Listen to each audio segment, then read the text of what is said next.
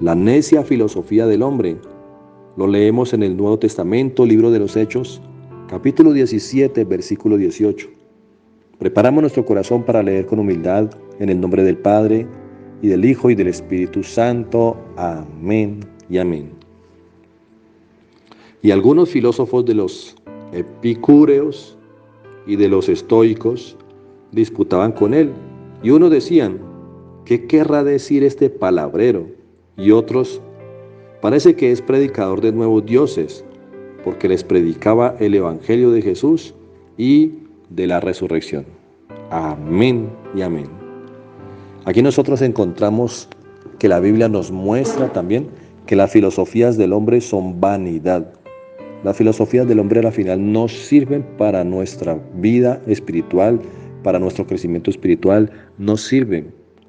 ¿Qué es la filosofía del hombre? Es donde el hombre se vuelve un pensador con su propia sabiduría y con su propio corazón y empieza a sacar conclusiones sobre la existencia. Porque inclusive en el colegio nos enseñan filosofía cuando estamos en primaria, en bachiller, en las universidades se enseñan filosofía. Y muchas personas optan más por las corrientes filosóficas y lo que enseñan para entender la existencia del universo, para entender el propósito de nuestras vidas. Y cada vez que hay un filósofo nuevo, una persona más pensando y escribiendo, encontramos que tiene una explicación diferente acerca de cómo es que existe el mundo. Sí, hay personas que creen más en las filosofías, en los pensamientos del hombre y menos en la palabra de nuestro Dios. No, que es que Platón dijo que este mundo fue creado así porque esto y por lo otro. Pero cuando leen la palabra no creen que la palabra está diciendo la verdad. Si algo tenemos nosotros certero y seguro es la palabra de nuestro Dios. Y por eso nosotros no tenemos que abrazar ninguna corriente filosófica. Porque al final, ¿qué tan grandes pueden ser los pensamientos del hombre? Jamás llegarán a ser tan altos como los pensamientos de Dios. Además que nosotros fuimos creados por Dios. Dios es el autor de la vida, es el anciano de días, es el que ha vivido eternamente. Jamás podremos saber más que Dios. Así que pensemos estas cosas y desechemos todas las filosofías del hombre, todos los pensamientos del hombre, porque al final son esos pensamientos del hombre, así como otro hombre que se volvió famoso, llámese como sea, de esos que quedaron en la historia, fue un gran pensador que porque dijo muchas teorías, pues cualquiera de nosotros puede armar teorías, pero no estamos aquí para perder el tiempo en esas cosas.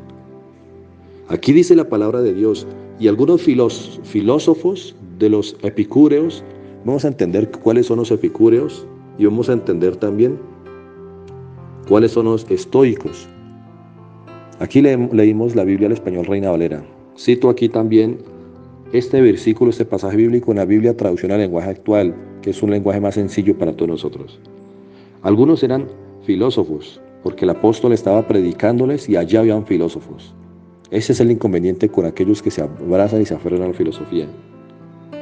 Algunos eran filósofos de los que pensaban que lo más importante en la vida es ser feliz. O sea que los filósofos epicúreos son esos que pensaban, y hoy en día hay filósofos que piensan, no, lo más importante en la vida es ser feliz. Tristemente, muchos piensan de esta manera y están equivocados. Sí, obviamente que es importante que seamos felices, pero eso no es lo más importante. Lo más importante es entregarle a nuestro Dios, a nuestro Jesús, nuestro corazón, creer en Él con todas nuestras fuerzas. ¿Por qué? Porque la vida continúa. Puede que seamos felices en este mundo, pero si lo vivimos lejos de Dios, cuando partamos de este mundo, la vida continúa y esa otra vida, lejos de Dios, no es nada feliz, nada feliz. Inclusive en este mundo, podremos buscar una felicidad lejos de Dios, pero esa felicidad va a ser pasajera, va a ser como un espejismo que aparece y desaparece y va a llenar antes de vacíos nuestro corazón. Sigamos leyendo. Otros eran filósofos que enseñaban que la gente tiene que controlarse a sí misma para no hacer lo malo. Miren lo que piensa mucha filosofía del hombre. Hoy en día tantas personas todavía creyendo y enseñando esto. Y lo peor, en las universidades se lo enseñan a nuestros hijos. La Biblia nos enseña que es Dios quien nos ayuda a que nosotros nos controlemos cuando estamos más cerca de Él, más en el espíritu y menos en la carne. Ese cuento de que yo mismo me controlo para no hacer cosas malas, así no funciona. Nosotros no tenemos el completo dominio propio si estamos lejos de Dios. Es Dios quien nos ayuda, porque nadie puede hacer nada por sus fuerzas, nadie puede hacer lo bueno en sus fuerzas. Todos necesitamos de Dios.